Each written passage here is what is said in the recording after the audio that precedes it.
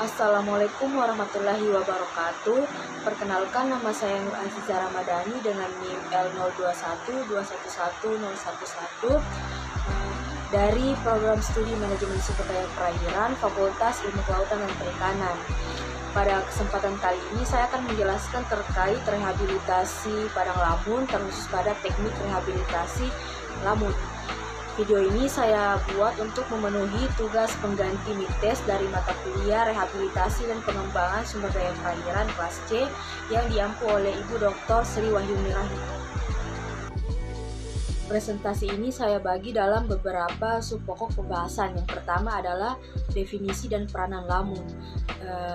Dalam definisinya sendiri, lamun merupakan tumbuhan berbunga atau Angiospermae yang dapat tumbuh dengan baik dalam lingkungan laut dangkal. Secara morfologi, lamun memiliki beberapa ciri umum seperti rizoma atau rimpang, daun, dan akar. Nah, rizoma ini merupakan batang yang terbenam dan merayap secara mendatar dan berbuku-buku. Lamun tumbuh berkerumun dan biasanya menempati perairan laut hangat yang dangkal, menghubungkan ekosistem mangrove dengan terumbu karang. Wilayah perairan laut yang ditumbuhi lamun disebut dengan padang lamun. Dalam konteks ekologi, lamun memiliki kemampuan beradaptasi penuh di perairan yang memiliki fluktuasi salinitas tinggi dan hidup terbenam di dalam air. Lamun juga berbunga, berbuah, dan dapat menghasilkan biji. Sistem perkembangbiakannya sendiri yaitu secara generatif. Di Indonesia tercatat ada 13 spesies lamun yang tergolong pada 2 famili dan 7 genus. Beberapa spesies lamun yang dapat ditemukan di perairan Indonesia antara lain yaitu Cymodocea rotundata, Enhalus Aporoides, Halophila ovalis, dan Thalassodendron ciliatum. Seperti yang telah diketahui secara umum bahwa lamun ini merupakan satu tumbuhan laut yang memiliki peranan yang sangat penting dalam ekosistem pesisir dan di dalam laut itu sendiri. Adapun beberapa peranannya yaitu yang pertama sebagai produsen primer. Lamun merupakan sumber makanan utama bagi berbagai herbivora laut dan lamun juga menyediakan zat hara yang dibutuhkan oleh berbagai organisme. Padang lamun di daerah tropis merupakan ekosistem alam yang paling produktif, menjadikannya habitat bagi berbagai jenis ikan, cacing, anemon, teripang, udang, lobster, kepiting, dan juga beberapa jenis invertebrata laut lainnya. Lamun ini juga menjadi sumber makanan bagi herbivora yang terancam punah seperti manatis dan penyu hijau. Yang kedua, lamun merupakan habitat biota. Area lamun merupakan tempat perlindungan serta tempat menempelnya berbagai macam hewan dan tumbuh-tumbuhan perairan seperti alga, udang, kerang, dan sebagainya. Di samping itu, padang lamun juga dapat digunakan sebagai daerah asuhan dan makanan berbagai macam ikan herbivora serta ikan-ikan karang atau coral fish. Yang ketiga, lamun berperan sebagai stabilisasi sedimen. Akar lamun yang kuat dapat membantu menstabilkan sedimen dasar laut dan mencegah terjadinya erosi. Akar ekstensif lamun memanjang secara horizontal dan vertikal dan memberikan ketahanan terhadap gelombang, arus, dan juga badai. Yang keempat, lamun berperan sebagai pendaur zat hara. Lamun memegang peranan sangat penting dalam pendauran zat hara serta elemen-elemen yang tergolong langka di sekitar lingkungan laut. Sub pokok yang kedua yaitu tentang kerusakan pada padang lamun. Ekosistem padang lamun mempunyai potensi ekonomi yang sangat besar. Potensi ini dapat mendorong terjadinya pengambilan sumber daya yang dikandungnya secara berlebihan dan pengambilan tersebut tanpa mengindahkan kaidah-kaidah konservasi atau perlindungannya. Nah, padang lamun di Indonesia telah banyak mengalami kemunduran kualitas, baik terjadi akibat proses-proses alami maupun akibat aktivitas manusia. Beberapa penyebab utama kerusakan pada padang lamun yaitu yang pertama adanya reklamasi dan pembangunan pada pantai. Nah, kegiatan reklamasi dan pembangunan ini dapat mengubah habitat lamun dan mengurangi luas padang lamun. Yang kedua, ada polusi minyak. Terjadinya tumpahan minyak di perairan laut dapat merusak lamun dan menghambat pertumbuhannya. Yang ketiga, adanya penambangan pasir dan karang. Penambangan pasir dan karang dapat mengganggu substrat dasar lamun dan mengurangi stabilitasnya. Dan yang keempat yaitu pertanian rumput laut. Kegiatan budidaya rumput laut dapat mengganggu lamun karena akan terjadi persaingan untuk ruang dan juga sumber daya. Yang kelima ada sedimentasi. Sedimen yang terbawa oleh aliran sungai atau gelombang dapat menutupi lamun dan menghambat terjadinya fotosintesis. Yang keenam ada penggundulan hutan. Penggundulan hutan ini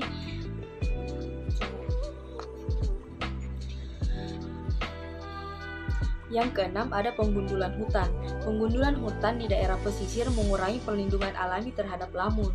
Yang ketujuh adanya overfishing atau penangkapan ikan secara berlebihan. Penangkapan ikan secara berlebihan dengan menggunakan alat tangkap yang dapat merusak lamun seperti jangkar dan baling-baling kapal yang dapat memotong daun atau mencabut seluruh tanaman. Kegiatan memanen hewan laut ukuran kecil dari lamun selama air surut juga dapat menjadi ancaman dari ekosistem lamun. Dan ancaman yang kedelapan yaitu adanya pembuangan limbah. Nah, pembuangan limbah berupa limbah industri atau domestik serta juga limbah bahan kimia dapat menyebabkan terjadinya pencemaran air yang dapat merusak lamun. Pencemaran oleh limbah pertanian berupa pestisida akan mematikan hewan yang berasosiasi dengan padang lamun. Pembuangan limbah pupuk juga dapat mengakibatkan eutrofikasi. Pembuangan limbah juga dapat menurunkan kadar oksigen terlarut yang dapat mengganggu kesehatan tumbuhan lamun. Subpokok pembahasan yang ketiga ada tentang tujuan rehabilitasi lamun. Nah, rehabilitasi lamun dilakukan untuk memperbaiki atau mengembalikan habitat alami yang telah mengalami kerusakan. Beberapa tujuan khusus dari rehabilitasi lamun meliputi yang pertama yaitu untuk meningkatkan keseimbangan ekosistem. Dengan mengembalikan lamun yang rusak, kita dapat membantu menjaga keseimbangan ekosistem pesisir dan laut. Yang kedua, memperbaiki fungsi ekologis. Lamun sendiri berperan sebagai produsen primer, tempat pemijahan dan tempat pencari makanan bagi biota laut. Rehabilitasi ini bertujuan untuk memulihkan fungsi-fungsi yang tadi telah saya sebutkan. Yang ketiga, mengurangi erosi pantai. Akar lamun membantu menstabilkan sedimen dasar laut dan mencegah erosi. Dengan melakukan rehabilitasi, kita dapat memperkuat perlindungan pantai. Yang keempat, meningkatkan kesadaran masyarakat. Melalui kegiatan rehabilitasi, kita dapat meningkatkan kesadaran masyarakat tentang pentingnya lamun dan perlindungannya. Dan yang kelima, mengurangi dampak dari aktivitas manusia. Rehabilitasi lamun membantu mengurangi dampak negatif dari aktivitas manusia. Aktivitas tersebut seperti reklamasi, polusi, dan penangkapan ikan secara berlebihan. Beralih kepada subpokok pembahasan yang keempat, yaitu metode rehabilitasi lamun. Berdasarkan Permen KP nomor 26 tahun 2021, rehabilitasi lamun dilakukan dengan cara yang pertama, pengayaan sumber daya hayati. Pengayaan sumber daya hayati itu termaksud kegiatan transplantasi. Kegiatan ini dilakukan dengan menggunakan biji lamun dan tunas vegetatif. Yang kedua, pembuatan habitat buatan. Pembuatan habitat buatan ini dilakukan dengan rekayasa substrat menyerupai kondisi aslinya atau penambahan substrat dasar sehingga memungkinkan bagi lamun untuk tumbuh dan berkembang. Yang kedua, ada perbaikan habitat. Perbaikan habitat dapat dilakukan dengan pencegahan atau penghentian kegiatan yang dapat merusak habitat lamun, seperti dengan melakukan mitigasi perubahan iklim, melindungi habitat dari pencemaran, dan mencegah serta menghentikan penggunaan bahan peledak, bahan berbahaya, dan bahan beracun. Kemudian penggunaan atau penerapan teknis perbaikan habitat lamun melalui perbaikan kualitas air dan pembuatan habitat buatan. Yang ketiga, perlindungan lamun agar tumbuh dan berkembang secara alami. Ini dapat dilakukan dengan penyuluhan dan juga penyadaran tentang rehabilitasi ekosistem lamun, pengawasan terhadap ekosistem, dan penegakan hukum terhadap pelaku kerusakan. Yang keempat, ada kegiatan lain yang ramah lingkungan, seperti penggunaan bahan baku dan teknologi rehabilitasi yang tidak akan merusak lingkungan, menjaga komponen biotik dan abiotik lamun, serta menjaga dan mempertahankan keseimbangan lingkungan fisik lamun yang dilakukan dengan cara menjaga kualitas air dan tanah. Teknik rehabilitasi lamun melibatkan berbagai metode untuk memperbaiki atau mengembalikan kondisi ekosistem padang lamun yang telah rusak. Berikut merupakan beberapa teknik yang digunakan dalam rehabilitasi lamun. Yang pertama ada transplantasi lamun. Nah, metode ini melibatkan pemindahan lamun dari lokasi yang sehat, kemudian dipindahkan atau didonor ke lokasi yang membutuhkan rehabilitasi. Yang kedua ada penanaman lamun buatan. Lamun buatan seperti bibit lamun yang ditanam dalam pot atau pada substrat khusus ditanam di lokasi yang membutuhkan rehabilitasi. Metode ini membantu meningkatkan sebaran lamun di area yang telah rusak. Kemudian pemulihan lingkungan. Nah, pemulihan lingkungan merupakan metode yang dilakukan untuk mengurangi dampak aktivitas manusia yang merusak lamun seperti penangkapan ikan berlebihan, polusi, dan reklamasi pantai. Pemulihan lingkungan dilakukan dengan memperbaiki kualitas air dan mengurangi sedimentasi. Yang keempat ada monitoring dan pengelolaan. Melakukan pemantauan secara berkala terhadap kondisi lamun yang telah direhabilitasi. Mengelola area rehabilitasi untuk memastikan keberhasilan dan keberlanjutan upaya rehabilitasi. Dan yang kelima, pendidikan dan kesadaran masyarakat. Mengedukasi masyarakat tentang pentingnya lamun dan perlindungannya, meningkatkan kesadaran akan peran lamun dalam menjaga keseimbangan ekosistem pesisir merupakan langkah yang dapat dilakukan dalam meningkatkan kesadaran masyarakat.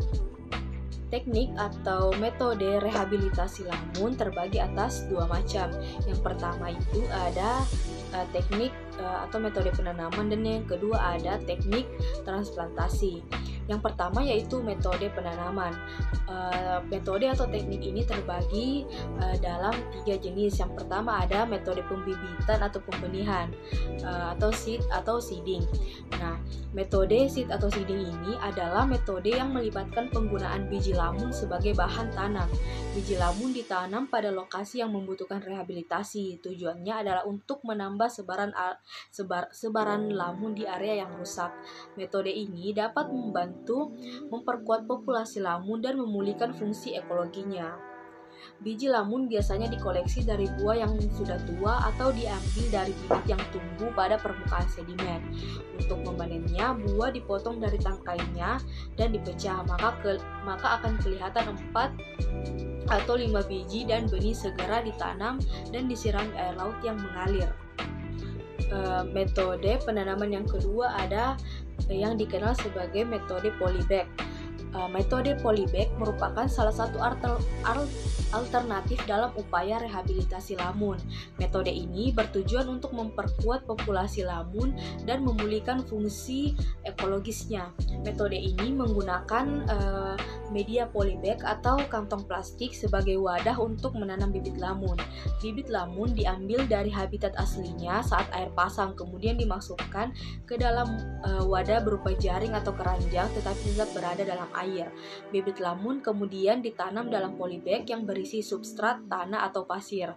Bibit lamun diambil dengan menggunakan PVC atau sekop di daerah lamun donor, kemudian akan dibawa ke daerah transplantasi. Yang ketiga ada metode pit pot. Nah, metode pit pot dalam rehabilitasi lamun merupakan salah satu teknik yang digunakan untuk memperbaiki atau mengembalikan kondisi ekosistem padang lamun yang telah rusak. Metode ini melibatkan penggunaan pit pot sebagai wadah untuk menanam bibit lamun. Pit pot sendiri merupakan pot tanaman yang terbuat dari serbuk gambut yang terkompresi. Bibit lamun ditanam ke dalam pit pot dan kemudian ditanam di lokasi yang membutuhkan rehabilitasi. Tujuan dari dilakukannya ini adalah untuk memperkuat populasi lamun dan memulihkan fungsi ekologisnya. Teknik rehabilitasi lamun yang kedua dikenal sebagai teknik transplantasi. Teknik transplantasi terbagi dalam beberapa jenis. Yang pertama ada teknik sprig dengan menggunakan jangkar atau tanpa jangkar.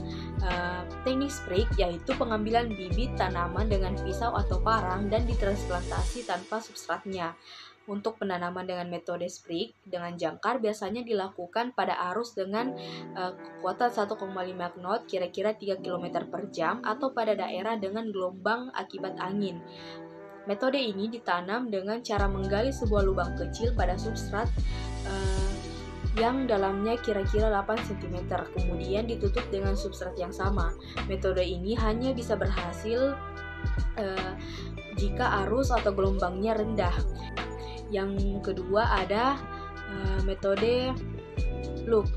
Metode plug yaitu pengambilan bibit tanaman dengan patok paralon dan tanaman dipindahkan dengan substratnya.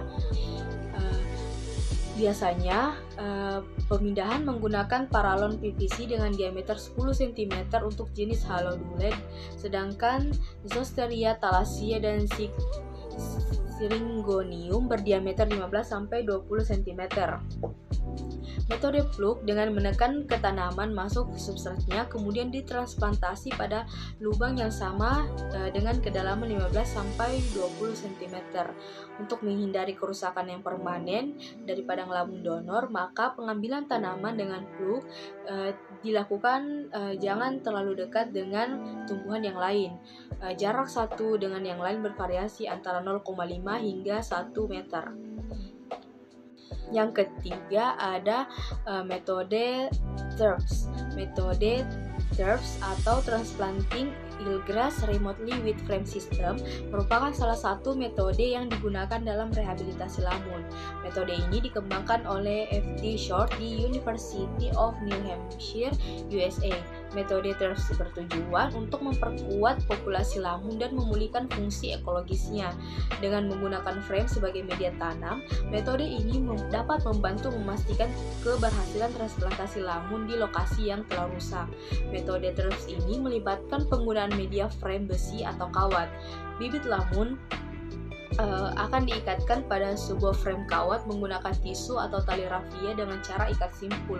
Frame ini kemudian ditanam di lokasi yang membutuhkan rehabilitasi. Dan subpokok pembahasan yang terakhir ada pendekatan dalam metode rehabilitasi.